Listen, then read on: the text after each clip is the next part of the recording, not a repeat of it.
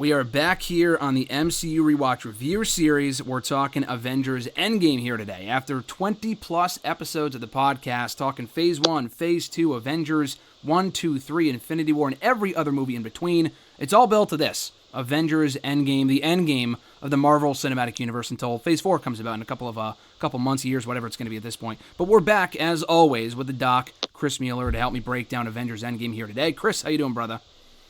Doing good. And Nick, as you've been joining us for every Avengers review up to this point, you are back as well. Nick Torres, Nick the Hulk 83 on the Twitter machine. Did I get that right, Nick? 93, but it's okay. I'm such an idiot. It's all right. That's your birthday, so I don't know how the fuck I could fuck that up. But listen. Dude, literally, I don't even know my own damn Twitter handle, so who cares? Close enough, I guess. Close enough, but it is Nick the Hulk 93 on the Twitter machine, at BR_doctor for Chris. I'm bound to mess up a couple times here on the show, just because you watch 3 hours of Avengers Endgame. If you can get through that, you can practically get through anything.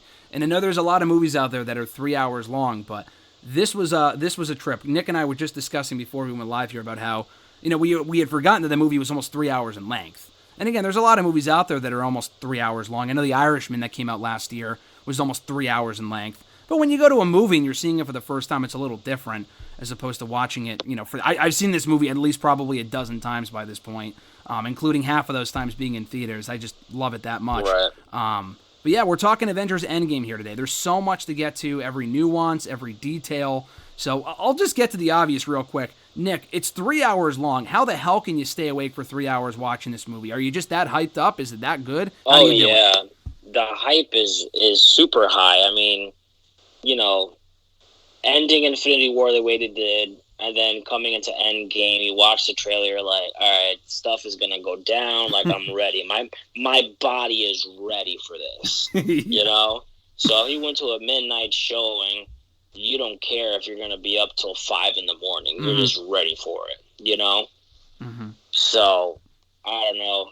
I would have been able to watch 6 hours, the original cut of this. I would have been able to watch the whole thing. That's how hyped I was for this. Did you do anything to prepare for this movie or Infinity War? Because I know a lot of people are trying to watch every movie in order, and we've been doing that with this podcast for the last 5 months. I'm going to tell you right now, I did not watch all these movies in the span of like a week, which a lot of people have managed to do, which I don't know even know how that's possible. There's no way. Yeah. This movie alone will take me a week to get through. Exactly. Unless I'm unemployed and I don't have a life, then I can do it. But I think what I did was I just watched Infinity War again, and I was like, all right, cool. Like, let's just watch it. You know, I didn't need to go from the beginning because it's like, we didn't see Thanos till what, Guardians or something like that. Mm-hmm. Yeah. So. I think just watching Infinity War suffices, definitely. That's what I did going into Endgame about a year and a half ago at this point. What about you, Chris? What was your hype level for Endgame? Were you ready for it? Were you opposed to the 3 hour mark? What were your thoughts on that?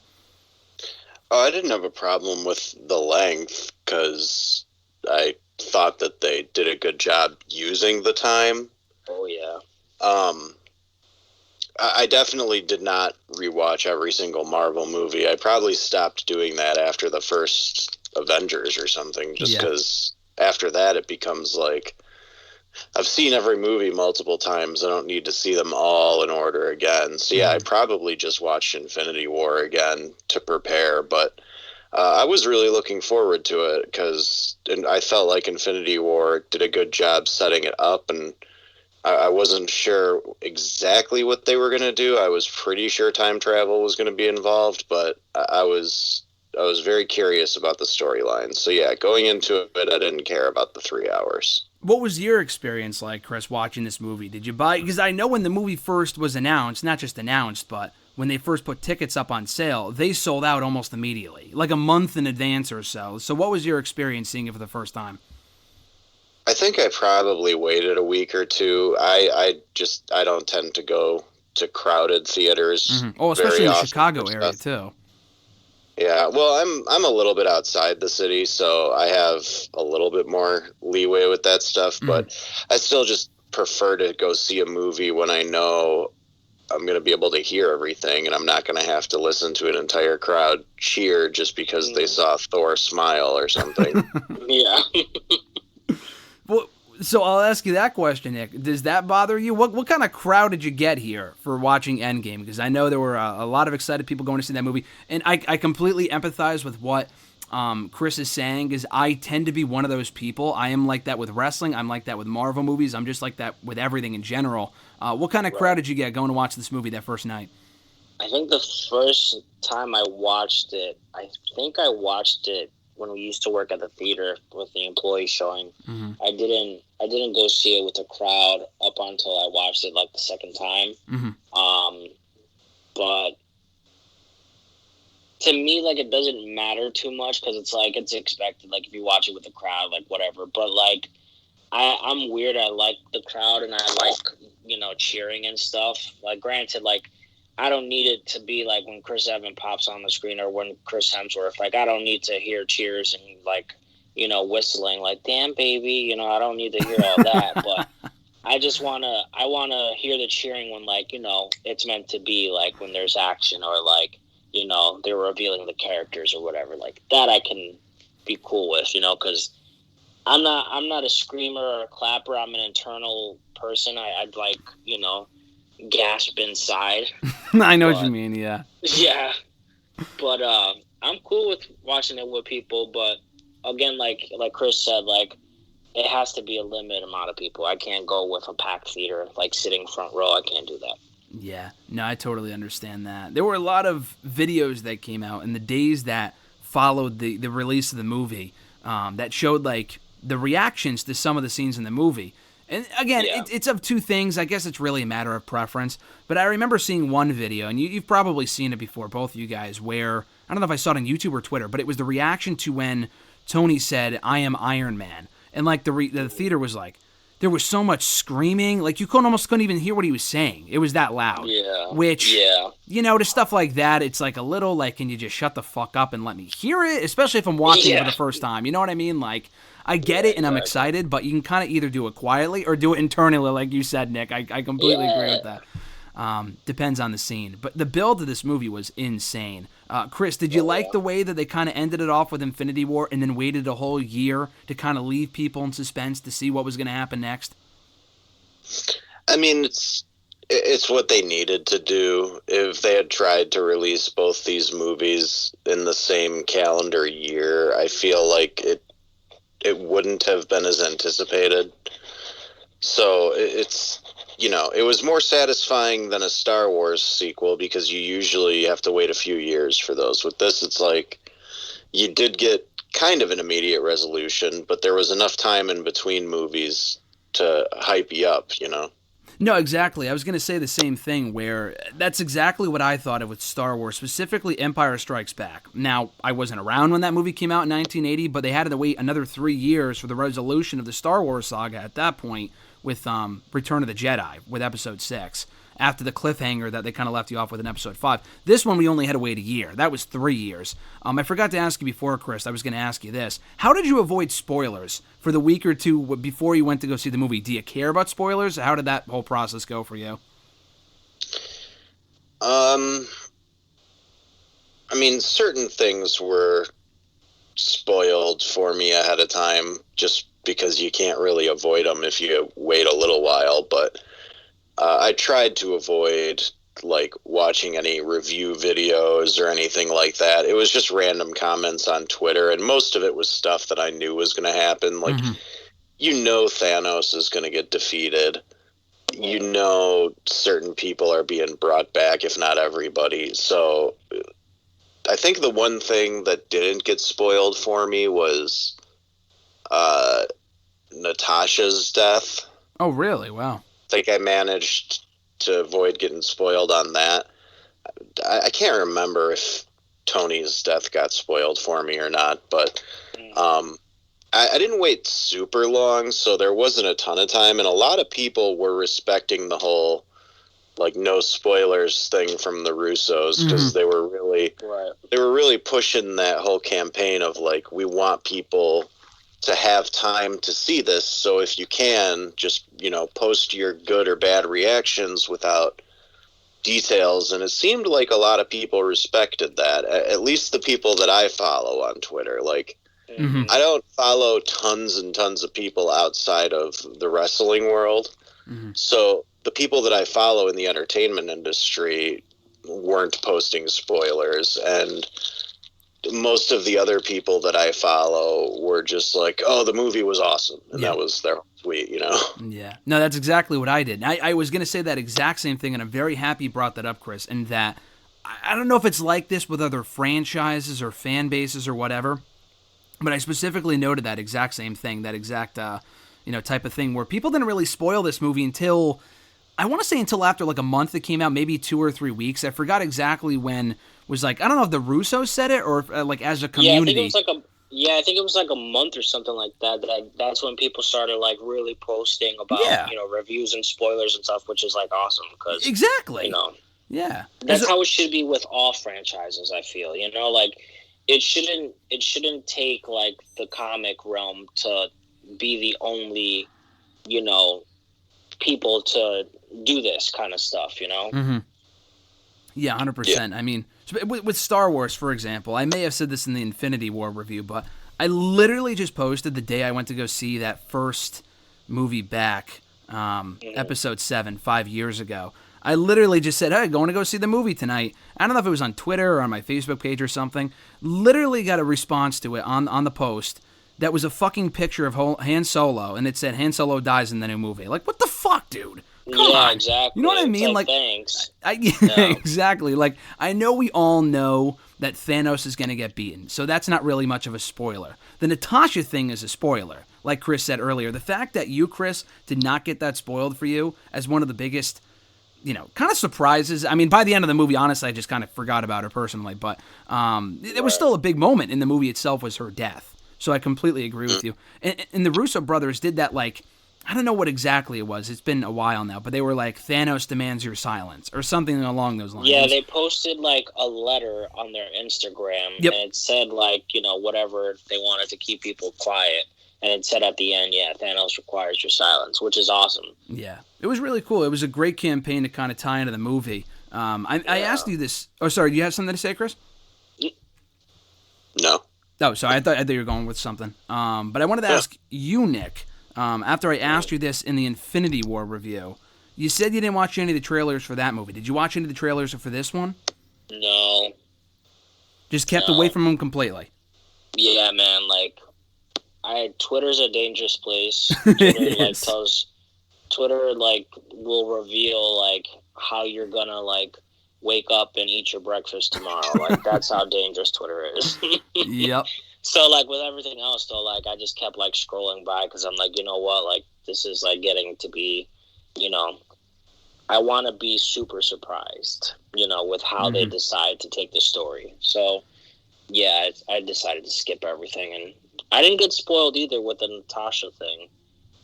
Yeah, I don't think a lot of people did. I mean, that came as a genuine surprise to pretty much everybody. Yeah. And especially now, too, with, you see it almost daily. At least I don't even follow some of these accounts, but, like, from what other people retweet and stuff like that. For example, like the Spider-Man 3 news that came out recently about who might be in the movie, stuff like that. Literally, I see it every day now. Like, I don't know if I wasn't following the right people at that point going into Endgame. Like, we see reports constantly like, oh, this person is signed on, or there's a rumor that this character might be brought back or whatever, or like their contract's coming up, which means they're probably going to die or whatever. Right. I remember seeing that with Endgame. I remember hearing that they were bringing back the kid from Iron Man 3. I mean, I didn't know in what role, but I heard they were bringing him back. I heard they were bringing back the Ancient One. And that was about it, and I think I read about those like months before the movie came out. So when it finally came out, I completely forgot about it. So it kind of came as a cool surprise.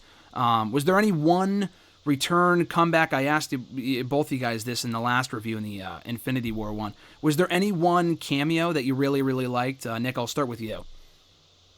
Ooh, cameo in this one. And there were a lot of them, too. Oh, there were so many. I honestly can't think of one off the top of my head.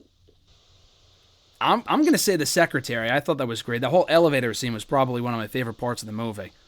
That one was cool. Damn, Are you talking about when Yvette Nicole Brown is talking to Chris Evans in the elevator? Oh, I'm sorry. No, that's the wrong cameo. Well, I mean, that was cool, too. When she showed up, I love her, so I love that scene. But I'm talking about the other elevator scene with Captain America and Rumlow and When they recreated Winter Soldier. Yeah, when he's like Hail Hydra. Yeah, exactly. Surprise. Yeah. Yeah, that scene was great. That was a great scene. Yeah, it was awesome because obviously they kind of played off that Winter. And Winter Soldier is arguably, if not the best movie in the MCU, it's definitely in that top 5. And we're going to get to that in another episode, Chris, and kind of ranking all the MCU movies and whatnot. But what about you, Chris? What was your favorite cameo that stands out to you? I mean, obviously, Howard the Duck was fun. Did you notice that the first time? I thought I spotted him, but I was like... It's literally blink and you missed it. Yeah, I wasn't sure, so I was like, maybe I'm just going crazy, but yeah, that was kind of funny. But as far as all the cameos from like all the time travel antics go, I thought showing Tilda Swinton actually doing something during the Battle of New York was cool because that sort of showed that it wasn't just the 6 Avengers protecting the city. So for all we know, they could continue to show flashbacks of different areas in the city over the years, like being protected by different people during that battle. Like, they talk about it a lot in the Daredevil show. So if they bring Charlie Cox back as Daredevil at some point, which would be awesome, then maybe they'll show a flashback of him beating the crap out of an alien in an alley or something. Right, yeah, that'd be sick. Yeah. And Vincent D'Onofrio has been campaigning to be brought into the movies as Kingpin, which would make me so happy. He's probably the best Kingpin ever. I love Vincent D'Onofrio. I think he's such a great actor, but him as Kingpin, he's freaking phenomenal. So if he came in the MCU somehow, I'm down for it. No, he's a big Spider-Man villain as well. Well, that's what I was going to ask. That's what he's campaigning for. He was the main villain in the Spider-Verse movie, right? Or am I wrong? No, you're right. Yeah. Okay. Yep. Yeah.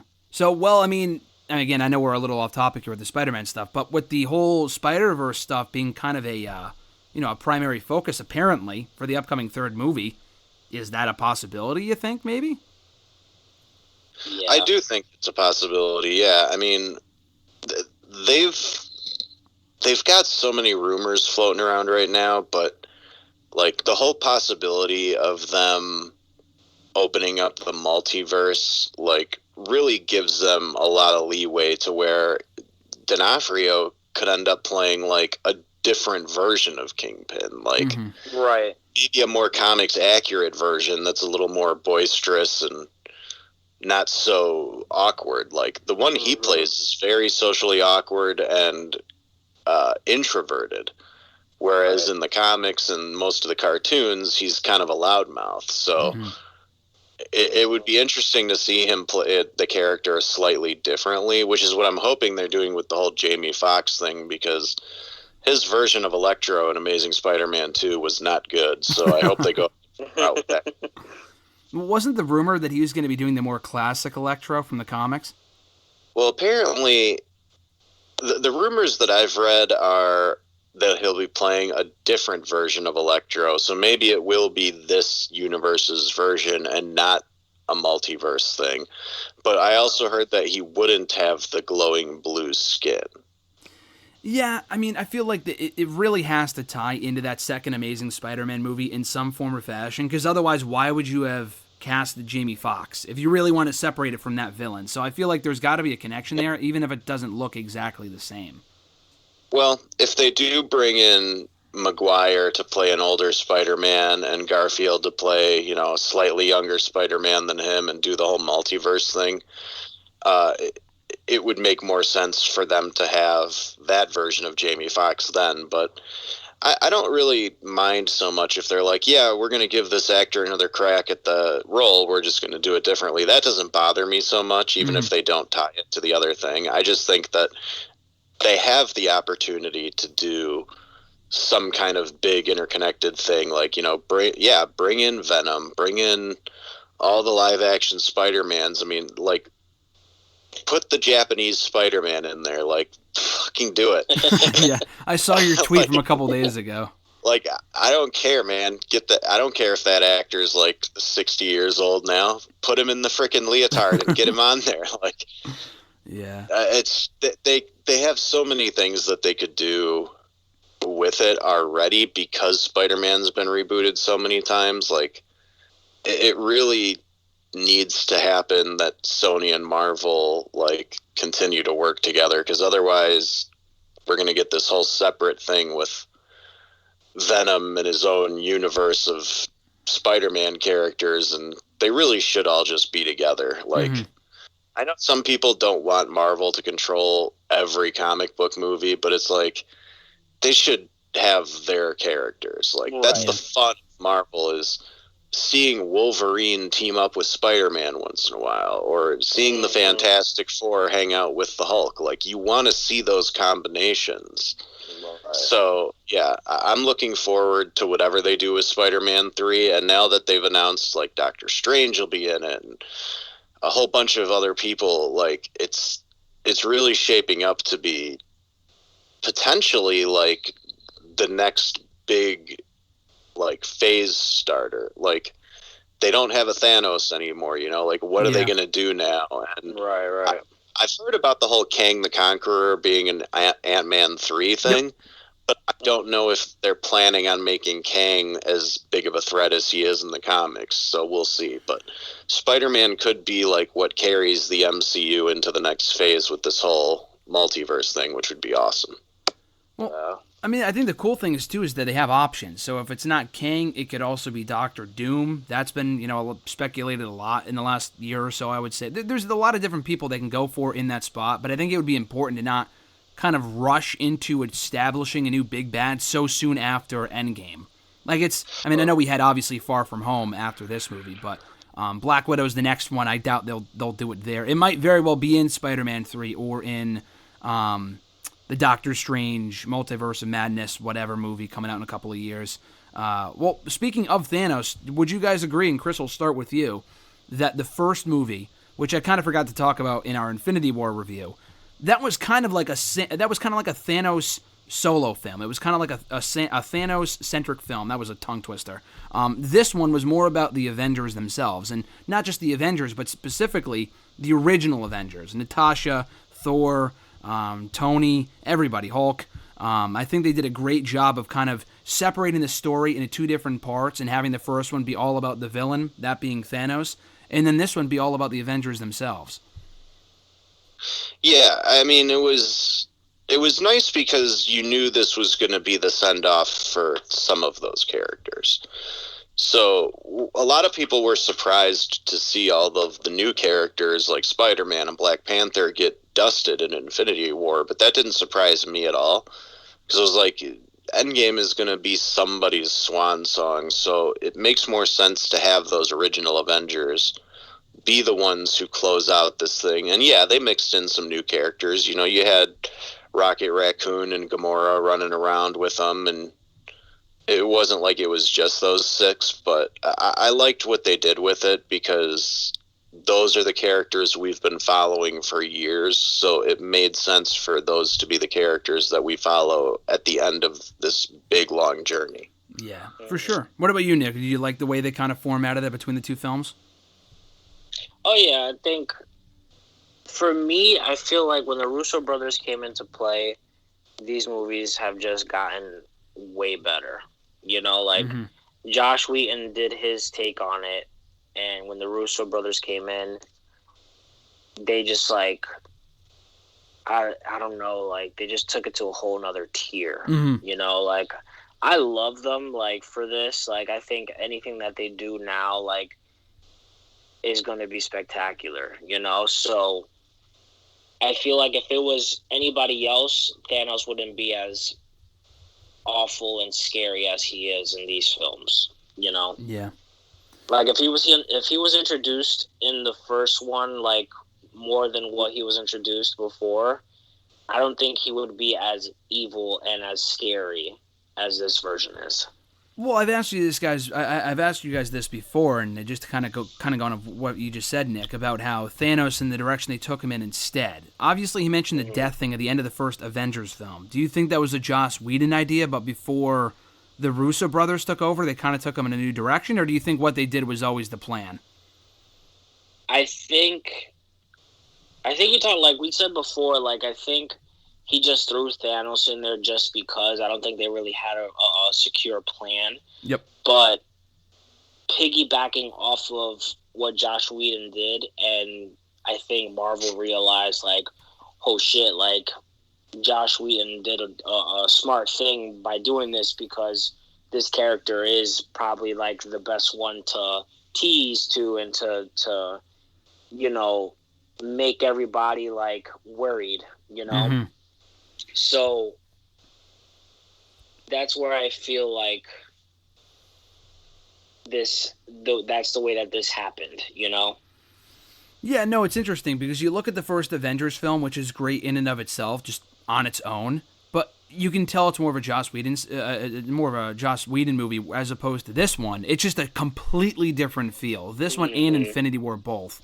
Just and they're both great movies, but for different reasons entirely, if that makes sense. Right. Didn't Whedon do the Justice League, though? I mean, that's a whole other conversation. Well, that's a whole other conversation. He was brought in to do reshoots because, you know, the Warner Brothers didn't like the way that they did the film, or Zack's with Snyder, right? Snyder, yeah. Well, they had to finish it. Like, he had to exit because of a family tragedy.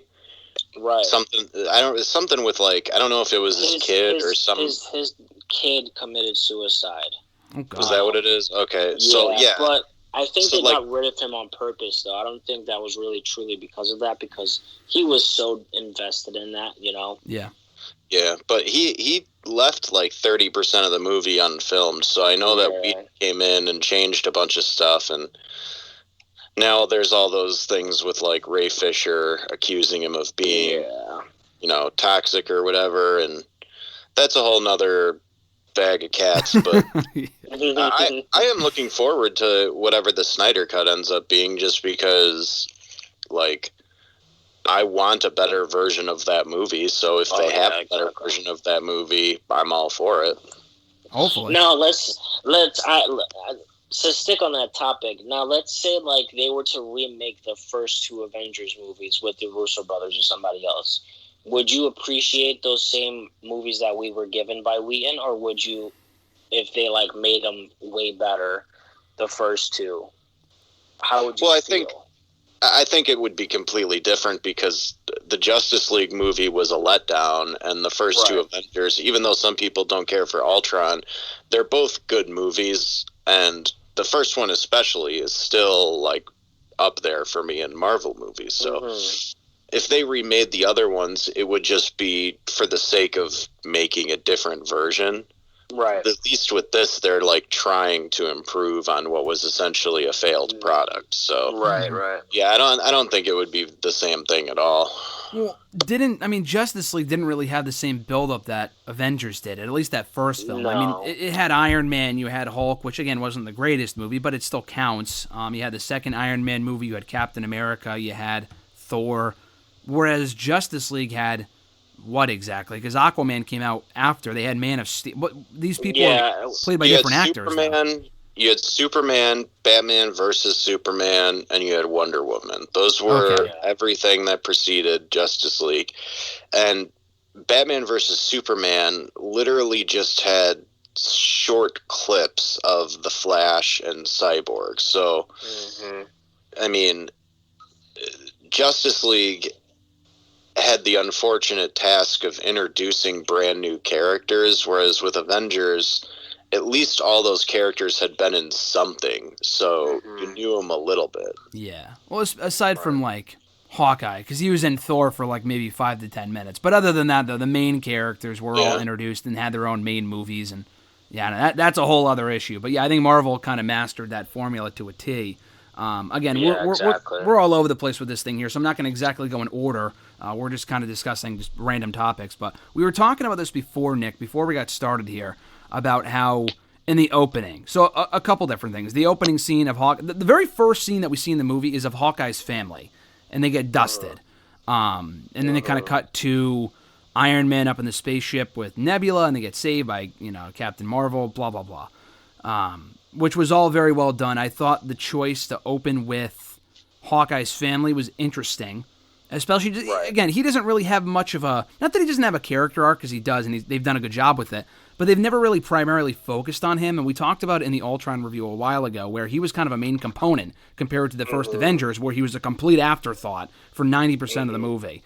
And he kind of plays a decent role here, so I thought that was interesting. But moreover than anything else, we see the death of Thanos, then modern-day Thanos, within the first 5 to 10 minutes of the film. They all get back together. Captain Marvel joins out of nowhere. She basically said, hey, I've been off-world for fucking 30, 25 years, whatever, but here I am now. They kill him immediately. And then that's it. Now, I know they bring him back, and I said this to you before, Nick, that I know they face Thanos at the end of the movie, but it doesn't feel the same, because that Thanos doesn't have the same character arc and the same whatever that we saw in Infinity War and every movie after Guardians. So, I don't know. Again, it's not a big issue, but I remember seeing, and I feel like part of that they did that for shock value, like, holy fuck, they just killed the guy. Yeah, exactly. You know? Exactly. Was that all of it, though? Like, Nick, I'll start with you. What were your thoughts on that? I think that's exactly what they were going for, was shock value. Like, okay, well, fuck, like, he's dead. I guess we're going to walk out the theater now. I just spent $10, you know, the movie's over, you know? Yeah. And I think they did that smart. I think that was a smart thing to do, because had they waited till, 40 minutes later to do the killing, then to do the whole, here's a different Thanos, I think it would have not landed the way this one did, So I can understand that it didn't have like the same feel that Thanos, the old version, I guess you could call it. But for me, at least, I enjoyed it because it didn't matter what version of Thanos we got. He just didn't care. He already had a mission prior to the Avengers teaming up and all that, So he didn't give a shit. Like, he's like, whatever. It can be 2042 and you meet me again in 33,000 or whatever. Like, it doesn't matter because his agenda is still the same. Well, in a way, it made sense, too, because he did say, I am inevitable. That's a big part of the movie. He says it at the beginning, and that was the last thing he says before he dies at the end. So it doesn't really matter, like you said, what version of him they face, but they ended up dying all. He ended up dying all the same because he's inevitable. What were your thoughts on that, Chris? The fact that they kind of killed him off in the first 5 to 10 minutes. Do you think that was something they could have done, should have done, whatever? Well, it was definitely surprising. I mean, I think it was a good move, and I think it helped at least build a little bit more of Thor's character, because that was sort of a defining moment for him in that movie, is like the fact that he was able to finally kill him and it did not give him any sort of peace really drove the rest of that movie for him. I kind of half expected them to do something different, which was, in the comics, there's like 2 versions of Thanos. There's the one that's running around like present day, and then there's a version of Thanos from the future who comes back trying to stop his past self. Yeah. I almost thought they were going to go that route in some way, like maybe Thanos would regret what he did and team up with the Avengers to go back in time or something. But once they like chopped his head off and then they flashed to 5 years later, like I was immediately more interested, because I was like, all right, well, now I'm really curious to see, because the whole 5-year time jump was a big surprise to me. We're going to talk about this more in the Far From Home review, but do you think 5 years was too long, Chris? I don't think it was too long. I just think that there needs to be a little bit more explaining of how the world has changed in those 5 years in the next couple movies. Yeah. Like, Spider-Man did a decent job addressing it from a teenage perspective. Right. But, like, think about how losing half the population and then gaining them back 5 years later would mess up every economy on the planet. Like, there's going to be wars that break out. There's going to be countries that completely go under because their leadership is gone or whatever. It's Like, there needs to be some of that addressed if they're going to do that, but I think if they trickle it in over time, it won't be such a big deal. What about you, Nick? Was it too long, or what were your thoughts in the 5-year time jump? Because it kind of came as a surprise when it kind of popped up on the screen the way it did. Yeah, it was definitely, strange that they decided to go time hop the way they did.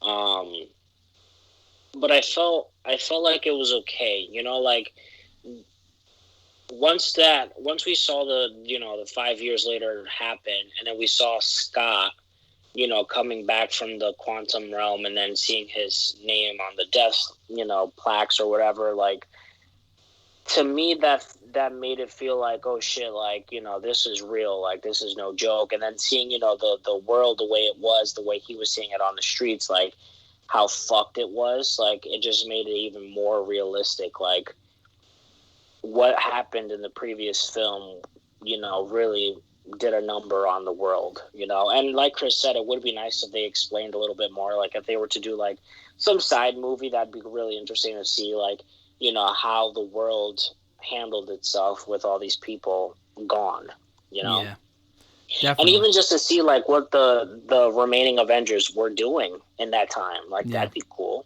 I mean, Black Widow, I think, is supposed to take place during that 5 years, right?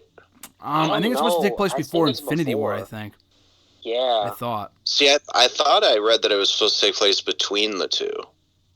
You might be right, honestly. Maybe. Yeah, so I'm hoping they do a little bit in that movie to sort of bridge that gap. Right. Yeah, we'll definitely find out about it at some point, whether it's a show or another movie or something. I'm sure they'll explain, what exactly was going on at that point. Black Widow movie before Endgame, personally. Oh yeah, 100%. Well, yeah, that's a good question. My other question for you guys was about Captain Marvel. So that came out literally a month before this one, and like in early March. This one came out in late April. Do you think that spot would have been better reserved for Black Widow? Because it seems odd to have a movie about a character that's now dead. So it just seems strange. Yeah, it was a weird choice, and I think it was sort of Marvel being like, we really should have made her the first solo female character to get a movie, so let's retroactively tell a story. But that's the problem with any kind of prequel, is if the main character has been in something that takes place after, there is no peril for that character. Mm-hmm.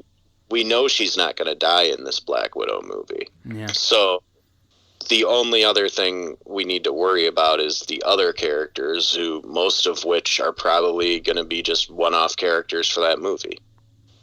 Yeah, exactly. It'll be interesting to see how they handle it. They didn't give a lot away in the trailers, which is interesting.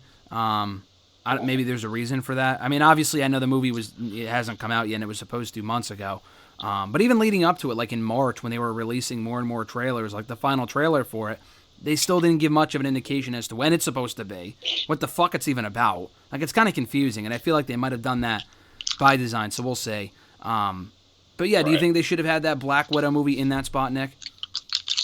Oh, yeah, 100%. I mean, like you said, like, they should have definitely had Captain Marvel before everything, just to show where the Tesseract ended up, or actually, it should have been Captain America, then Captain Marvel. That's how it should have been. That makes sense. You know? Yeah. And then Iron Man. But it is what it is. Like we said before, it was an afterthought, and they kind of forgot about her as a character, I think. And they said, "Oh shit, we should do this here." So yeah, it sucks. It is what it is. But I'm not in Hollywood. Yeah, they have their whole plan. Yeah, exactly. Yeah, exactly. Yeah, but yeah, exactly. I'm a mere mortal. Exactly. I thought it was interesting too. Again, there's so many things to nitpick about the movie. It's an amazing movie overall. There's so many like little logic things that you can kind of pick apart. For example, which was weird to me. So like when Captain Marvel saved Iron Man and Nebula and brought him back, does no one question who the fuck she is initially? Like she just pops up with a starship or the spaceship. I know they questioned her when they got into the house or the headquarters, whatever. But like she comes up initially and they don't even like. You would think if I saw that, I'm like preparing for war. I'm I'm like, who the hell is this lady? You know what I mean? Yeah, exactly. They open the door. For them, it's supposed to take place after she showed up. Remember, like, she shows up at the end of Infinity War? Honestly, I completely forgot about that. In the post-credit scene, you're right. Is that what we're talking about? I saw the Russos talk about this, and they're like, yeah, she shows up, they tell her what's going on, she goes out and finds Tony. That makes sense. I just feel like they should have explained that better. Yeah, they just don't show you the scene of her, like, leaving. Okay. Right. But, like, if they knew where Tony was, then they basically know what trajectory he would be coming in on. She just flies in on that trajectory and finds the ship. That makes sense. I just wish they explained it better. Go ahead, Nick. No, that's true. That's a good point. I never even thought about that. Another thing that was weird to me, that was when you mentioned Scott when he comes out of the time travel. I thought they did a good job with Scott in explaining where he was after Ant-Man and the Wasp and whatever, how it felt like 20 minutes when he was actually gone for 5 years. So he's seeing, like, the destruction, essentially, of... he lives in San Francisco. Isn't that where he lives? Yeah, I think that's what it said, yeah. Yeah, so he's walking down the street, and, like, all the cars are messed up. Like, you would think the snap just happened, and it's been 5 years. Like, in this new economy, does no one clean up or anything? Like, it just still looks like a shithole. Like, I know they did that for the movie to make it, like, give it that depressing vibe. But you would think if they moved on by now, and it's been 5 years, then you think... I know that's a theme. They showed Captain America in the...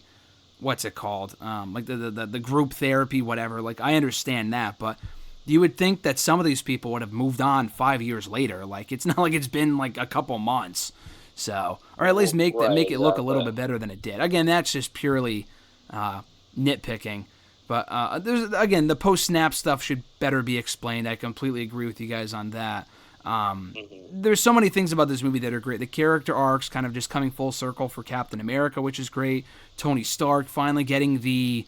superhero-free life that he wanted before ultimately dying in the end. Having that daughter that he teased in Infinity War.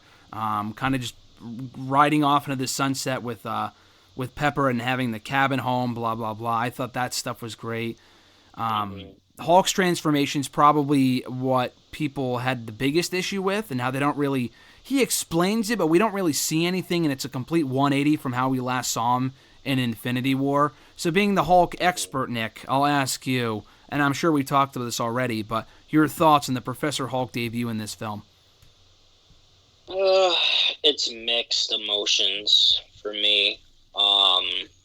It was definitely cool seeing it, and, finally having something that, something big for the fans, like for me, like having the Hulk be Professor Hulk in this last movie was just like a chef's kiss, just being like, here you go, here's your thing that you've been wanting.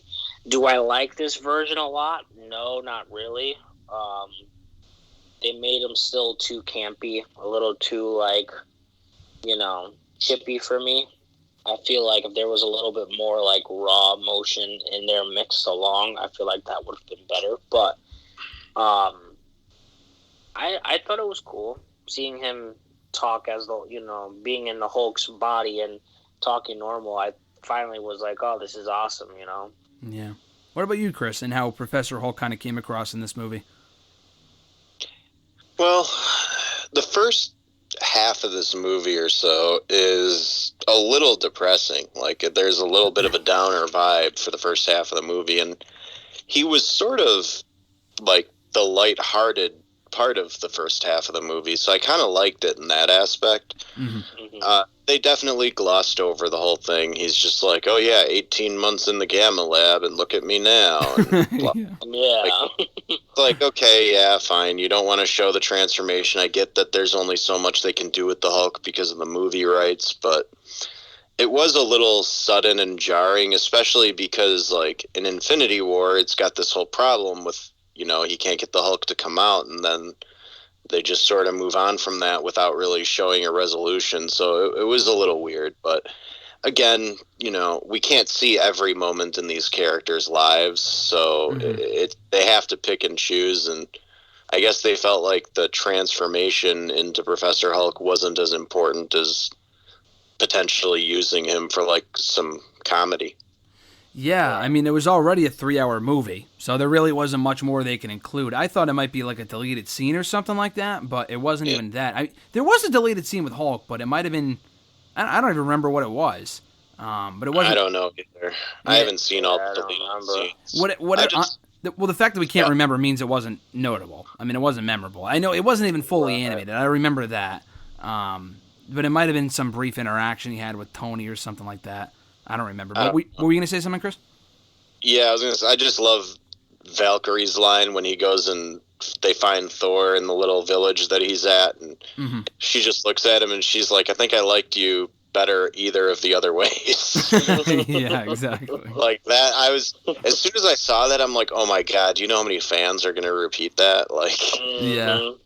Definitely. I almost feel like they threw that in as a sign, like, we know some of you are going to have a problem with this, so we're going to joke about it too.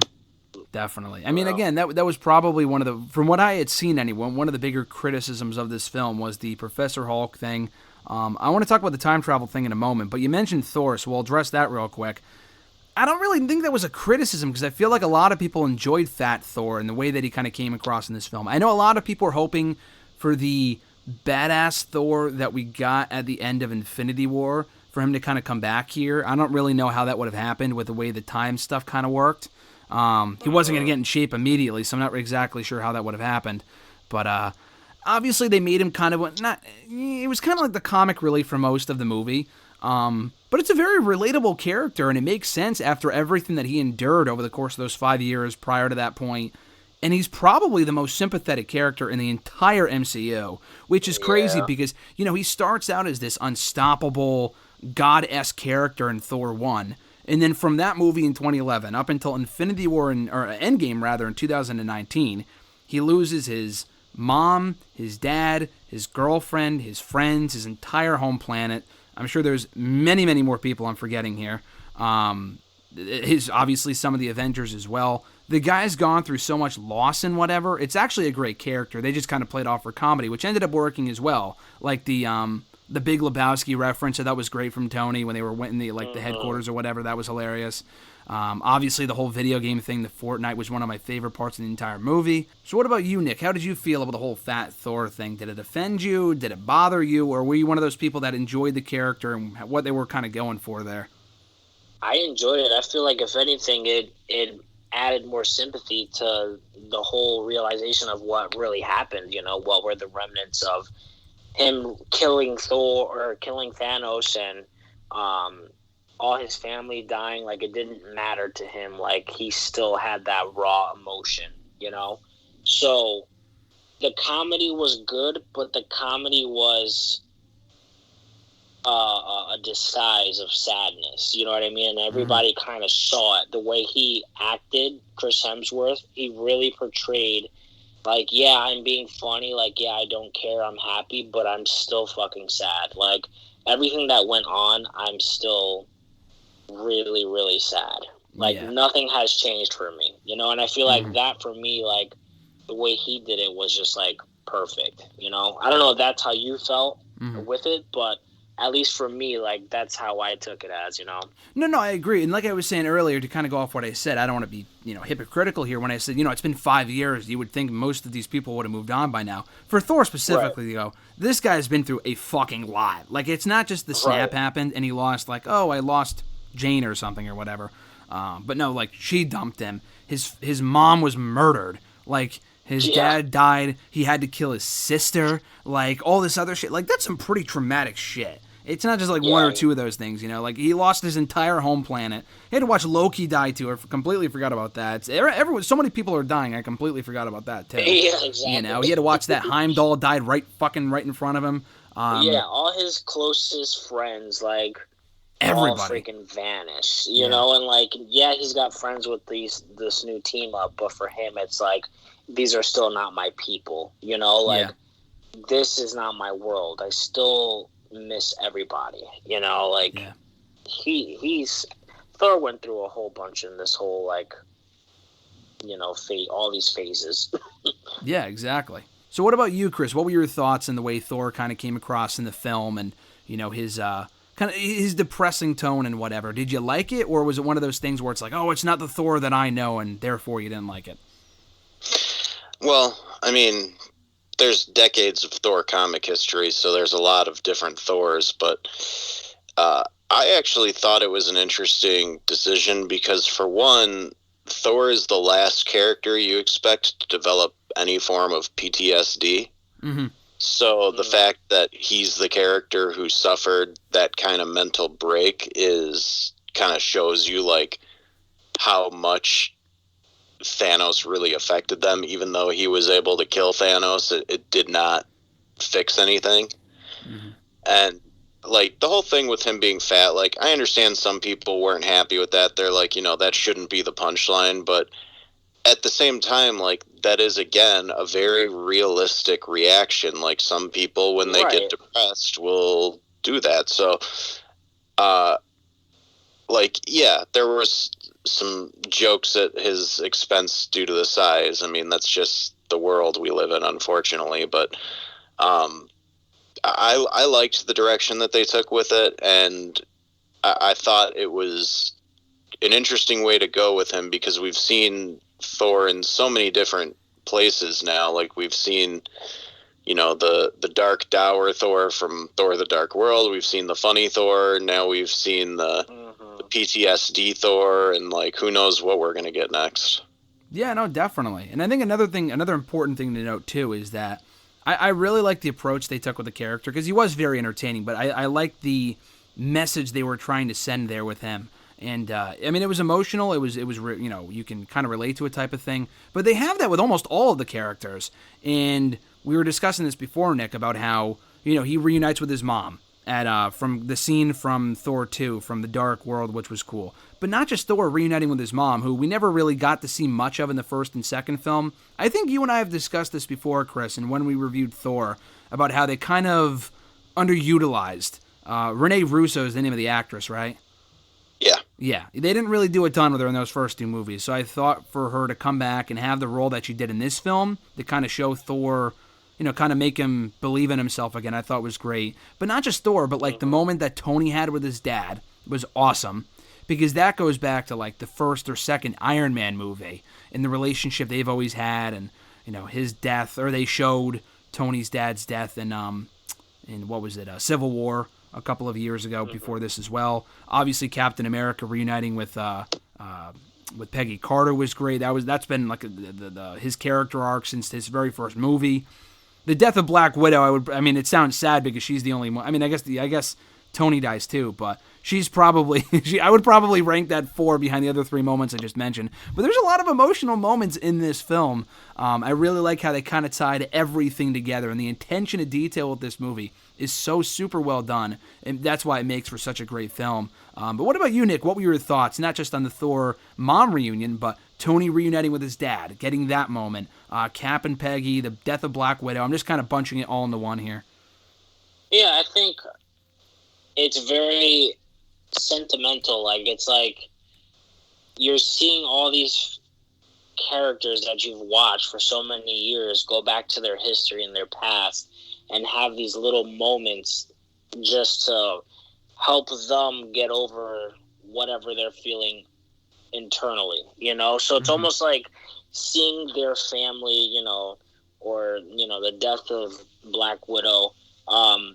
It's almost like another, like, more boost to get the job done, just the same way like in the first one where when they killed off Agent Coulson, like that was a boost even more to like, get the job done. I felt like once they had all these flashbacks and once they went back in time and all that stuff, it was more of a booster to officially like be like, all right, we're doing this, like let's keep going.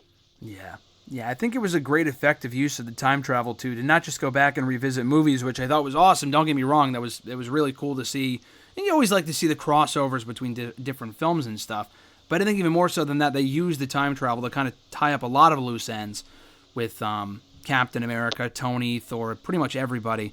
What about you, Chris, and all the reunions that we kind of saw in this film with all the characters I mentioned earlier?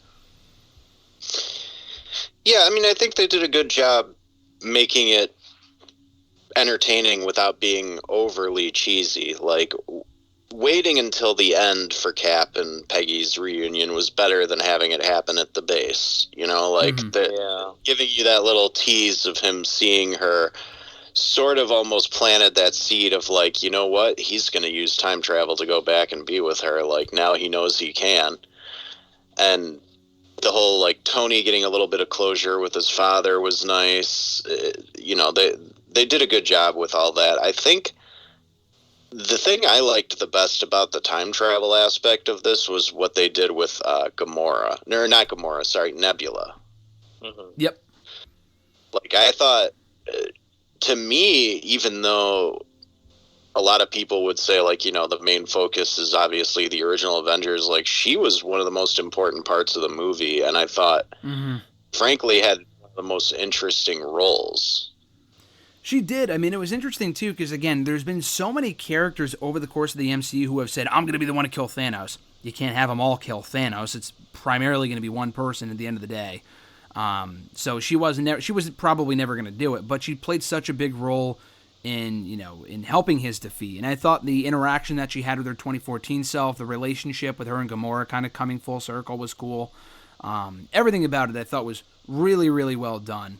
So you mentioned the time travel, Chris, and I want to talk about this because that was another big criticism of the movie. Because they kind of go out of their way to say anything you know about time travel is bullshit. Back to the Future is bullshit is what they said, which got a big pop out of me because I love Back to the Future. I thought that was one of the best lines in the entire movie. And then Tony had said something similar to that prior to that point when they were at like his cabin or something. But yeah, so the whole concept of the time travel, again, this is more of a nitpicky thing, but it's a major criticism of the film because it does get confusing. I think everything kind of makes sense up until we see old Captain America again. Like, why the hell is he there? If the whole thing is like he goes back in time and that creates a new branch reality, I know why they did it. They did it for that moment of him reuniting with Falcon and Bucky. But still, I mean, I just thought that was a little like it's a little confusing when you think about it. I feel like my brain melts every time I try to explain how time travel works in this film. How did you feel about that, Chris? I mean, I didn't mind it because I sort of assumed the same thing that the Russo brothers ended up saying, which was like he goes back and they've established that like once you go back, it's basically like a different timeline until you come back to the one you came from. Mm-hmm. So like he went back and he was with Peggy in a different timeline, and then after she dies, he puts his suit on and uses the little Pym particles he's got left and comes back to our timeline. They didn't explain it, but like that's just kind of what I assumed happened, and then the Russo brothers sort of confirmed that, so it didn't bother me at all. Yeah, I mean, again, I just feel like they kind of went out of their way multiple times to say whatever you know about time travel is complete bullshit. Which in a lot of these movies it is. There's a lot of different versions of time travel, a lot of different variations of it. What you said makes sense about how, because their version of time travel, and again, you really got to pay attention when you hear people explain this stuff as far as the movie goes, because it gets confusing as fuck. Like Back to the Future is simple, which is why I enjoy the movie. This gets a little complicated, but like the way they explain it is that it's kind of like linear, maybe, or horizontal, where you can kind of jump from timeline to timeline, not just through time, but like from timeline to timeline, if that makes sense. So I guess that was how he was able to do it. But anyway, I don't know. They probably should have explained that stuff better in the movie itself. And again, I know it's not a big deal. It just kind of gets a little confusing. But what about you, Nick? Were your thoughts on the time travel like it didn't really matter, or did it bother you, or no, did you like it? For me, it didn't matter. I feel like it was cool. Something different, from what we were used to. It was just like an added like thing. Another adventure. You know what I mean? Like, we're already on an adventure to take down Thanos. Now they realize, they already killed him, but they're still a threat. It was just another added bonus to this movie for me. Like, I felt like if they didn't have it, or if they really went into like full detail of like, Scott going into like full science mode and like talking about fucking how time travel is and all that shit, like I feel like it would have been like boring, Yeah. So I mean, but I understand your point as well. Like, it is confusing, because we hear about what time travel really is and how it works, but then this is just like a completely different thing. But I enjoyed this version of time travel. No, I thought they did it well done overall, just a little bit. Again, there's just some minor criticisms of it.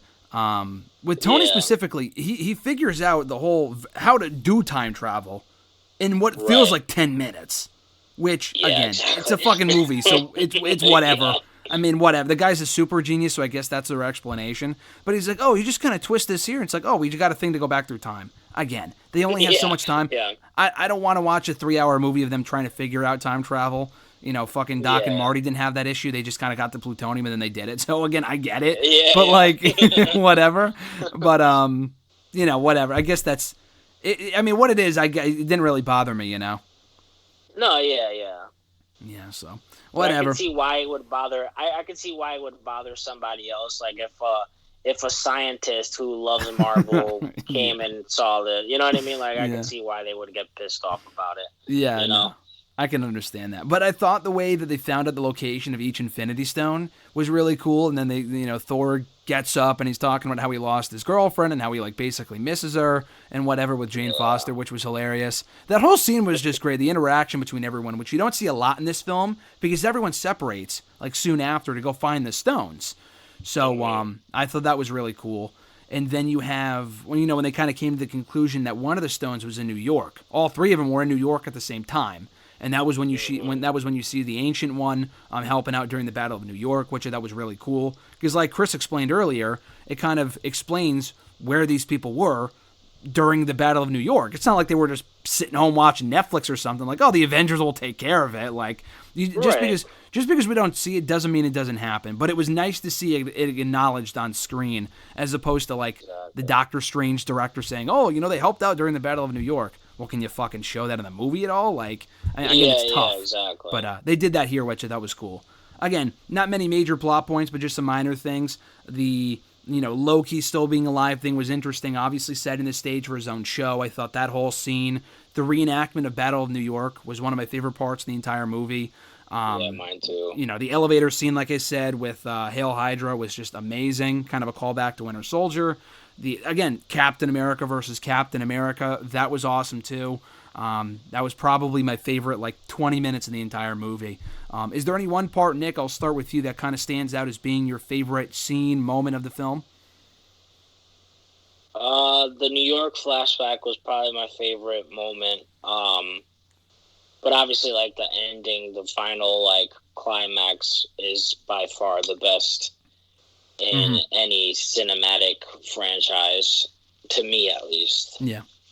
Oh, I guess I should have specified. I guess outside of the ending, because that is easily the best part of the entire movie, if only for those two words, the Avengers assemble, kind of put together during the final battle. What about you, Chris? Was there anything specifically you liked them going back to rewatch and relive during this movie and revisit? I mean, the whole final battle is just a bunch of fan service, which is great because that's what these movies are. Yeah. So, all the little scenes like Spider-Man swinging on Valkyrie's Pegasus and all these different little team-ups that you see for a moment, or the fact that Black Panther remembered Hawkeye's name from the little tiny exchange they had in Civil War, or Wasp calling Captain America Cap, after she gives Ant-Man shit for it in the last Ant-Man movie. They do such a great job of tying all that stuff together, and I really enjoyed a lot of that. Obviously, the whole Cap picking up Thor's hammer finally, that's one of those scenes that they were showing reaction videos of in theaters, because that's such a fanboy moment to see him with the shield and the hammer. But the part that I liked even better than that is when him and Thor are fighting next to each other, and then they end up with each other's weapon, and Thor's like, no, you take the small one. Yeah, no, just little stuff like that. That's why I like these movies, is they make you laugh and they make you appreciate previous moments even more. So that scene in Ultron carries even more weight now. And I've even heard some people theorize that Cap always could have picked up the hammer. He just chose not to embarrass Thor. Yeah. That's why it moves a little. And like he almost realizes he can move it and just chooses not to because he knows what it would do to Thor's ego or something like. Yeah, exactly. But the moment when he picks up the hammer is obviously cool. What confused me a little bit was like they spent a whole movie establishing that the hammer is just a conduit for the lightning in Thor that he already has. So, like, how did Steve use lightning from the hammer? I know it's a stupid, dumb little quibble, but it's like... I agree, yeah. Like, that's a good point. I've never even fucking thought about that. That's a good point. But again, like, somebody else is like, well, he's just channeling Thor's power with the hammer. And it's like, okay, fine. Like, that's a good enough explanation. Yeah. It's like, okay, good point. I don't care anymore. You're right. Yeah, no, that's a good point. I mean, also the scene, too, from that same final battle where everyone comes out of the portal. You talk about appreciating moments from previous films where we hear Sam say, "On your left," which is obviously a callback to Winter Soldier, which was amazing. And then you have everyone come through the portals. I think that was the one scene I'd waited for so long because I had always imagined not just the original Avengers, but everyone involved in that final battle coming back and doing... I mean, it would have been a little difficult, but like that shot from the first Avengers of all the Avengers doing the 360 shot, I wanted that reenacted for this film, and what we got was even better. There's just so many people you can't exactly do, a circle shot, just because there's so many people involved in that final scene. But it was awesome, though, and obviously the Avengers assemble. It had built to that point after we almost heard him say it in Age of Ultron before the movie cut out. We don't hear him say it at all prior to that point. Just perfect. It was just amazing. It gives me goosebumps. It's one of those scenes in any movie that I could rewatch a year or 2, 5 years later, and it'll never cease to give me goosebumps because it's such a well-executed, perfectly put scene. It was just amazing. Any other highlights from that one scene, Nick, I'm sorry, that you enjoyed? I think you just took everything that I would say, honestly. Like, the on your left, hearing that, like, come through, like, static. Like, hearing that in the theater, and I'm glad I watched it in the theater, it just, like, I don't know, like, for me, it sent, like, chills through my body. And, like, it's almost like you go watch a singer live, and they, like, hit this note, and it, like, hits your body, and you, like, start to, like, shed a tear. Like, that's how it was for me. Like, it was, like... oh my God, like I knew it was going to happen, but I didn't know it was going to happen like this, Mm-hmm. Yeah, it was almost definitely like having a baby, I guess you could say. Like, I don't have any kids, but like, to me, this was like having a kid. Like, this was like so like fantastic for me. Yeah, no, I completely agree. What about you, Chris, with the kind of the ending sequence? I forgot to mention too the I am Iron Man line from Tony. Before he uses the gauntlet on himself. That whole swerve where it looked like Thanos had it, but it was actually Tony who had it the entire time because he took it off his hand. Again, the whole thing was great. Did you agree with that decision to have Tony be the one to beat Thanos? And going into the movie, Chris, do you remember who you kind of predicted to be in that role? Well, I sort of wanted it to be what they did in the comics, which was Nebula. Okay.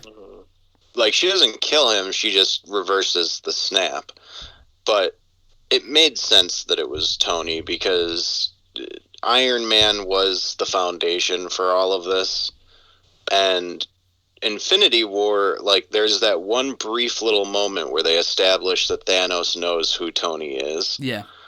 And it's like, yeah, a lot of characters had a reason to want to kill him, but it harkens back to that line in the first Avengers where Captain America says, "You're not the kind of guy who throws yourself on the barbed wire for his friend." Yeah. Like, and he's like, "No, I would just cut the barbed wire and go through it." Like, but like this established that yes, he is the one who's willing to, throw himself on the grenade, so to speak, and just that one little part with Doctor Strange where he's like, "Tell me this is the one," and he's like, "If I tell you, it's not going to happen." Like, in that moment, you almost know, like, Tony knows he's going to die, so he almost makes peace with it right there. Yeah, exactly. Yeah. Another thing off of that, too, real quickly, when you mentioned Doctor Strange's interaction with Tony at the end there when he says, he doesn't tell him that that's the one outcome, but Tony looks to Doctor Strange, and he just kind of flashes up a 1 to kind of indicate that this would be it, that what he's about to do, because they kind of have a feeling as to what he's about to do. And I think we've mentioned this before, Chris, when we talked about Doctor Strange a number of episodes ago. His hand is still shaking, and it's been 5 years, but he actually got snapped. But still, it's been a while since that first movie when his hands were shaking during that first movie, which is why he can't be a surgeon or whatever anymore. They're still shaking now, too, which I feel like we haven't seen a whole lot since that first movie, but they did that here, so I thought that was a nice attention to detail. But yeah, so he kills Thanos. They all get dusted away.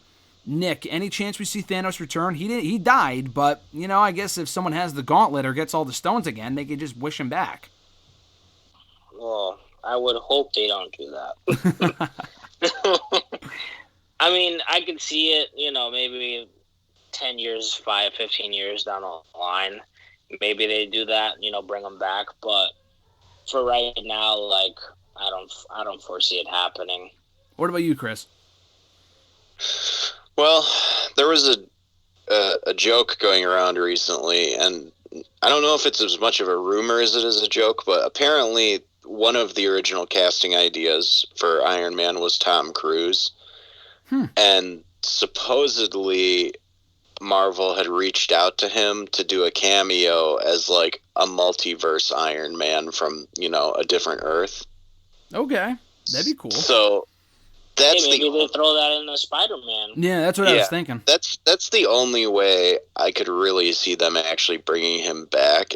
In the comics, after Tony Stark dies, an AI reveals itself that's essentially his entire consciousness uploaded to a computer, and he sort of continues he does operate as Iron Man a little bit, but it's just an AI, so he's sort of Jarvis to other heroes at that point.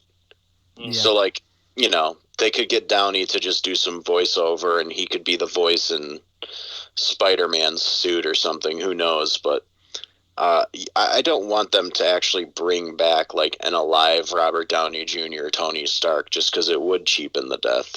Yeah, he's not Loki. You can't do that with him, Yeah, no, that it would just kind of take meaning away from that moment. What about Thanos, Chris? Could you see Thanos being brought back eventually?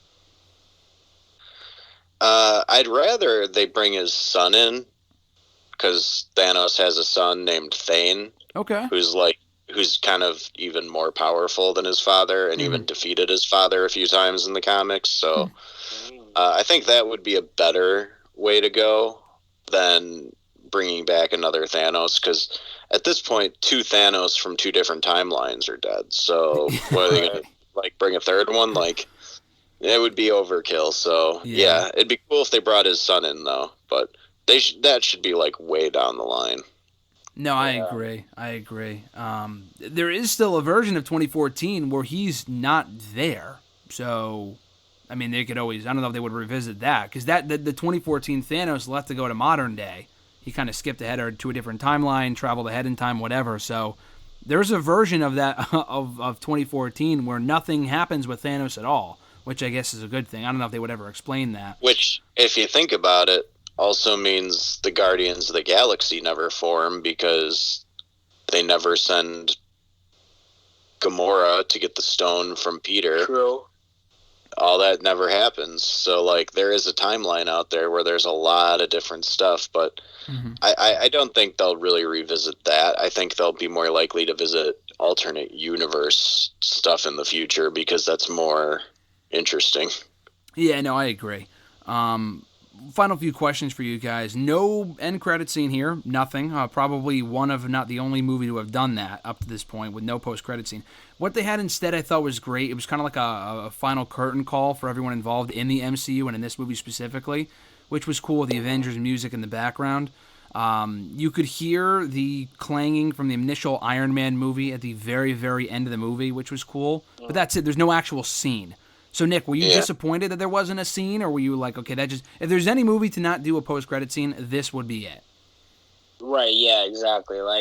Obviously, when I heard the clanging, or whatever the hell you want to call it, I was like, oh, shit, something else is going to come from this. But, I didn't need it, This was enough. This is it, maybe if they were alluding to maybe his daughter becoming the new Iron Man or something, or someone else, then I could see, but they didn't need an end credit scene here. Yeah. Yeah, and I agree. What about you, Chris? Did you think they needed a post-credit scene, or do you think it ended perfectly the way that it did? I mean, I don't know what they would have used for an end credit scene. The only thing I could think of is, like, they just would have moved one of the scenes from earlier in the movie, like Cap returning and giving his shield, but they didn't need to do that. Like, they wrapped everything up nicely, and then I think the fact that probably so many people waited through the credits and didn't get one sort of gives them the freedom to not have to do it every single movie moving forward. Right. Because, with Black Widow, for example, like, you don't need to tease another movie after that because Black Widow's a prequel, so just have the movie end and have that be the end of her story too, and you don't need the post-credit scene in every single story. No, yeah, I agree. I think one thing I know that some people anyway, were hoping for as a post-credit scene would be the introduction of, like, the Fantastic Four or the X-Men, because the deal had already gone through at that point, I believe. Mm-hmm. Yeah, but they're not going to rush that. Nor should they. No, I agree, yeah.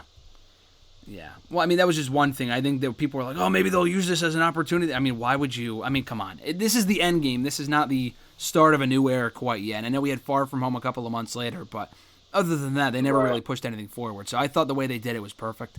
Overall impressions of Avengers Endgame, Chris, as we wind down. I mean, this isn't the end of the MCU Rewatch review series quite yet. We still got Far From Home to go, in addition to a Phase 3 recap and MCU Rewatch ranking list that will come up in a couple weeks. But your overall impressions of Avengers Endgame, Chris, and where it ranks for you as one of the best movies that you've either ever seen in general or just the Marvel movie specifically.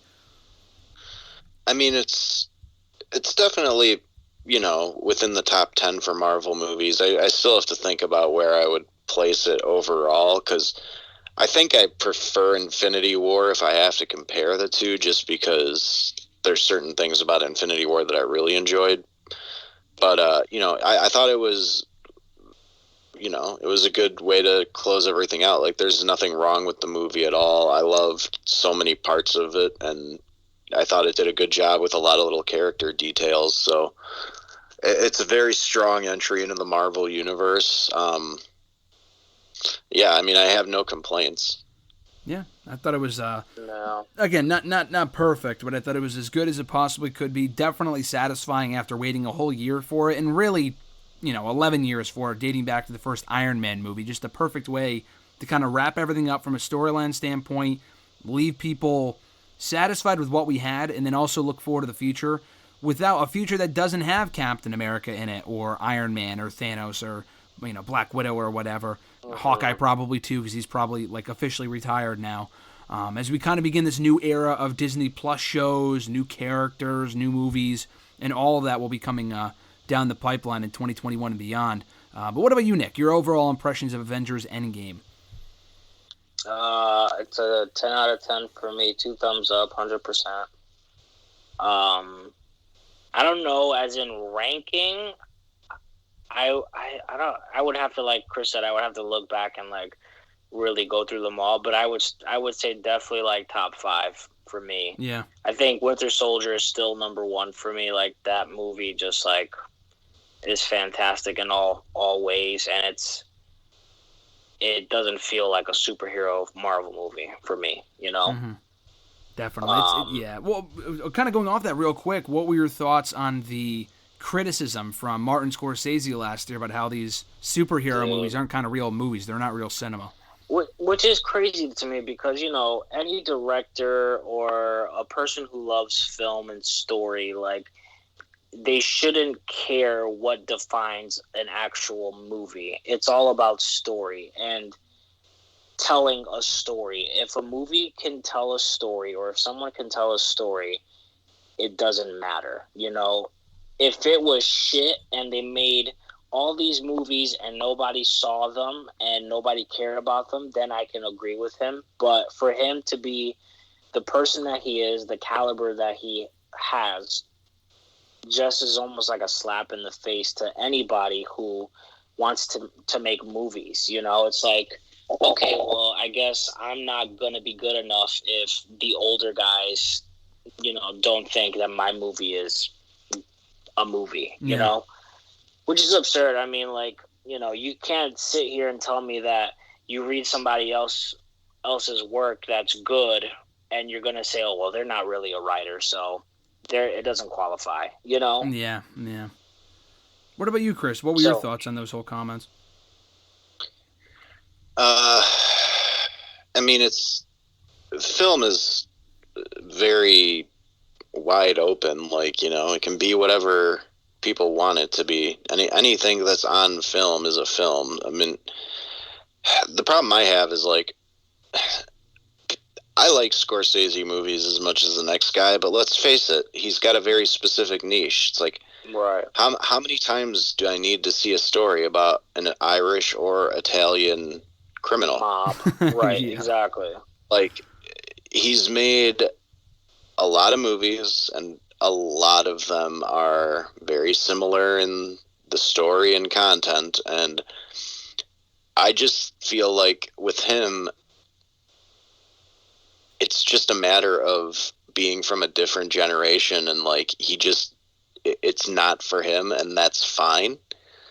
But, like, when he said that, it came off as him saying, like, well, if you prefer these movies, then you don't necessarily appreciate real cinema. And it's like, you know, that's all subjective. Yeah, right, yeah, it's all subjective. It's like, stupid. Yeah, and that's why the whole thing with the Academy Awards bugs people, because it's like, you're a bunch of people in Hollywood giving awards to other people in Hollywood. Like, that is not a reflection of what everybody thinks of movies. Yeah. So you get these people who have these very insulated view of what things are. Like, you know, art is what I say art is, and it's not anything else. It's like, just because this movie is a big, you know, CGI fest doesn't make it any less enjoyable for people. Mm-hmm. Right, exactly. Definitely. Frankly, I don't think Scorsese, like, if he was going to make any kind of superhero movie, it would have to be a very small, intimate story. I don't think he could handle this kind of, like, juggling 20-something characters. Like, that's not his forte. No, if you watch The Irishman right now, he has more than his normal cast, and he can't nail the wall, you know? Like, that movie is boring. Like, that movie feels like it's a fucking 2-month movie, and it's 3 hours, you know? Yeah. So, I like Scorsese, but he's, you know, he said something that he probably thinks is true, but he said it in a very stupid way. Right, exactly. Yeah, I don't know. I just didn't think whatever he said was necessary. All he had to say was, like, they're not for me, but to each his own. Exactly. Like, that's all he had to say. But I guess, you know, we're also coming from a place of, we're fans of it, so anybody who talks trash about what we like is an idiot. But at the same time, there are probably certain movies that if I was asked to examine them would be like, yeah, that's garbage. That's not a film. Like, but that doesn't mean somebody else can't enjoy it. Yeah, no, you're completely right. I mean, everyone's absolutely entitled to their opinion, but his opinion's wrong. So I mean, it is what it is. It's just a fact. But you know, whatever. His opinion wasn't an opinion. He was basically trying to say, like, these aren't movies; they're carnival rides, and, like, he didn't state it as, like, that's how I view these movies. He was saying that's how it is, and it's like, well, no, that's not how it is. Like, just because, you know, Avatar is 90% CGI doesn't mean some people didn't enjoy the story. Granted, it's a very repetitive story that's been told a million times, but it's still a movie that moved people, like, to the point where there were literally people who, like, killed themselves because the real world didn't look as beautiful as Pandora. Jesus Christ, I never heard about that. Really? Oh, that's how that happened. Oh my There were God. people who like got obsessed with that movie because the 3D was so good and it was just so pretty looking that like they became depressed afterwards. It's look it up. It's crazy. That is Holy unbelievable. smokes. Well, I was going to say, it's funny you mentioned James Cameron real quickly, that he was another person, not like Martin Scorsese, not last year, but I think the year before Infinity War came out. He was quoted in saying something along the lines of like, oh, people are going to feel the superhero fatigue if they haven't already. There's way too many movies, which, listen, there are a lot of fucking superhero movies, which is completely correct. But I think he's wrong in the fact, at least me as a fan, I don't know if I could speak for you guys, but I don't think there's a lot of fatigue, at least among Marvel films, because at least the movies are almost always good, which is more than what I could say for, again, personally, in my opinion, more than I could say for Avatar, which fucking bores me to tears. I don't like the movie at all. I think it sucks, and it made me so happy last year to see Endgame beat out Avatar as the highest grossing movie of all time. Yeah, I agree. That was long overdue. I'm so happy a movie finally knocked that out of the top spot. I know they had to bring it back to theaters in order for that to work. I think you and I, Chris, have actually. Avatar was in theaters for like 11 freaking months, so. You know what? Exactly. And it was also just a different time in the world, too. It was coming off the recession. They had it in 3D, like in a million fucking theaters. That was when 3D kind of took off a little bit. So, you know what? Like, I get it. So. There were like thousands of theaters that literally installed the first 3D equipment that they ever had in those theaters just for that movie. Oh, wow. That's nuts. Well, you know what? When 2, 4, 5, 8, and 20 come out of Avatar, I will not be going to see them. So I'll just tell you that much right now. I don't know. I mean, I'll watch The Irishman. Talk about milking the freaking cow too much. Let's pump some more milk out the teat here of Avatar. You know, like. I'll admit that, like, I'm keeping an open mind for the second one, just to see how it is, because. No, yeah, I'll go see it for sure. Like, I'm not gonna not go see it, but again, like, you can't talk shit about people trying to cash in on the superhero film and fatigue. It's like, buddy, you're filming 4 movies at once. Like, don't talk shit. You know? Yeah. Yeah. Well, I mean, granted, his is more straight sci-fi. I get what he was saying though, like. There was a period of time there where they were adapting just every random character. Like, they came out with a movie with Vin Diesel called Bloodshot. Did either of you guys see that? Horrible. I did not. Like, that's a comic book character that 99% of even comic book fans don't know. Right.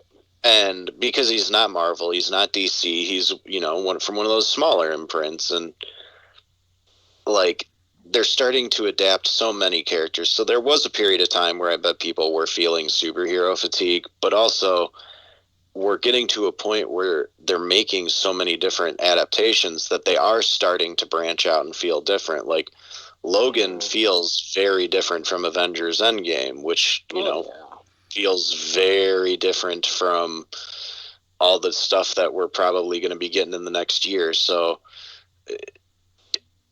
it might not be everybody's cup of tea, but we're starting to get more variety in the type of superhero movies, which is cool. Yeah. Like, look at what they did with Watchmen on HBO. Like, oh, that was awesome.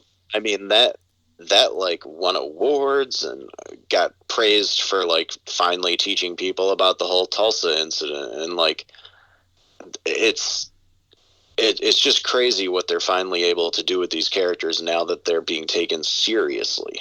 Yeah. Mm-hmm. No, it's interesting. Well, I mean, I don't know if this is the exact same thing. I haven't watched the show completely yet, but from what I understand, The Boys, that Amazon show, is also not your typical superhero show. No, it's not, and it's fantastic. If you haven't seen it, watch it. I know it just wrapped up season 2, right, on Amazon the other day? Yeah. It just finished, so if you're looking to binge something, each season's like 8 episodes, so it's great to watch. Nice. Well, I'm looking forward to that. I know I'm looking forward to the next Marvel movie. We've recorded a lot of these out of order, Chris and I, so I think we did the Far From Home episode before they announced the Spider-Man 3 plans, and we also recorded the Phase 3 recap a couple of weeks ago before they announced that Black Widow had been pushed back. So our timeline's all over the place, but I've had a lot of fun recording these guys with you. with you guys. I'm recording these podcasts with you guys over the last couple of months. Nick, we've had you on for the last 4 Avengers episodes. I feel like we've talked to you for like 20 of them, and I mean that in a good way. Yeah. It's always been a great time, but this has been awesome, Nick. Chris, this is great. We're coming up with a Far From Home one on the next week's episode, and then we got Phase 3 recap, MCU Rewatch, ranking of all the movies in the MCU, and I think that's going to be it. We're going to try to do some more Marvel reviews that we've already talked about for older movies, terrible movies, X-Men, Spider-Man stuff that isn't in the MCU that is superhero related. We're going to get to it here on the show at some point, probably either later on in the year or in early 2021. But Nick, this has been great, dude. Thanks for joining on for the last 4 episodes. Not the last 4, but the last 4 Avengers episodes anyway. It's been a lot of fun. People can find you on the Twitter machine at NickTheHulk93. There we go. I got it right that time. Thanks for having me. I appreciate it. This has been fun, man. Yeah, of course, brother. We're definitely going to have you on again in the future, talk more superhero stuff. And Chris, great time as always, brother. I'll talk to you next week for the Far From Home one. But any closing thoughts as we ride off into the sunset here? No, just, I'm hoping for more Avengers and more Marvel, and I really don't want this to end anytime soon. I agree. I'm having withdrawals right now. I'm shaking as we speak because I haven't had a movie in like a year and a half, so got to go take some medication for that. But Black Widow is coming out next year. We got the WandaVision show. You got to start watching the Netflix shows, man. I know. So I'm watching other non-superhero related stuff right now because I spent. We've been doing this podcast for like. It's the superhero fatigue. Yeah, I know. Exactly. Now I'm actually starting to feel the fatigue after I've watched every movie for the last 5 months now. But I've enjoyed them all. This has been great. But I think. Honestly, though, I think the next thing I'm going to watch before I get to, like, the Netflix shows that you recommended to me, Chris, is The Boys. Like, I've heard a lot of good things about that show. And there's only 8 episodes, too. So it's like, for example... Well, 16 now. What'd you say? 16 now, because there's 2 seasons. Yeah, 8 episodes a season. But, like, for example, I really want to watch, like, Agents of S.H.I.E.L.D. just to catch up on it. But there's so many fucking episodes that it's going to take me forever. That's the problem. Yeah, I'm not even fully caught up. Like, I watched the last one just to see what happened, but I missed most of the last season. Mm-hmm. And, like, I want to go back on Netflix and finish that off. Yeah. Well, we also have Disney Plus, too. And, again, WandaVision comes out at some point. There's just so much. The fucking Mandalorian comes out in a couple weeks, so it's like I'm having a tough time, keeping up with everything. Do we know when WandaVision comes out? WandaVision? It's not set in stone, but I heard the rumor is that it might come out in December. And I really hope it does because I want at least one Marvel thing in 2020. Because if we don't, we're not having a movie come out this year. We know that for a fact. And it's the first year since 2009 that we haven't had a Marvel movie out. But I want something at least Marvel related. So I'm hoping it comes out in December, which has been rumored.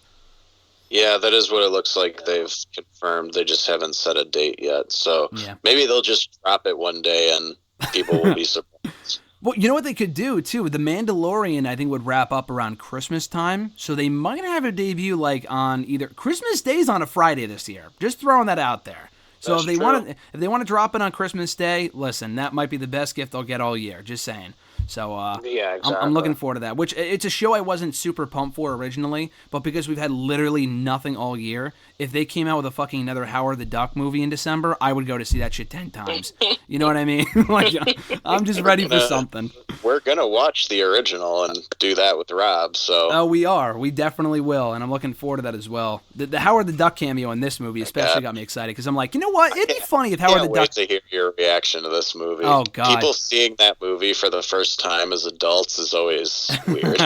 It'd be even better if we did like a watch along or something like that. That'd be just as good, so you get my real time reactions. But I was hoping for him to be in this movie. I'm like, oh, it would have been so cool if we got Howard the Duck in like the final battle. Then I read an article of all the Easter eggs, and someone was like, oh yeah, he's in it. I'm like, the fuck? What are you talking about? Like, no, he wasn't. Like right next to Wasp. Yeah, and I'm like, holy shit! Like that's crazy. So that made me really happy. Quick. What'd you say? It's really quick. You really have to look for it. Oh, right. Yeah, it's literally like 2 seconds. But anyway, that was the highlight of Endgame for me. That was it. But anyway, guys, this has been awesome. Thanks so much for joining me for this review of Avengers Endgame. I'll talk to you guys soon. Yeah, man. Alrighty.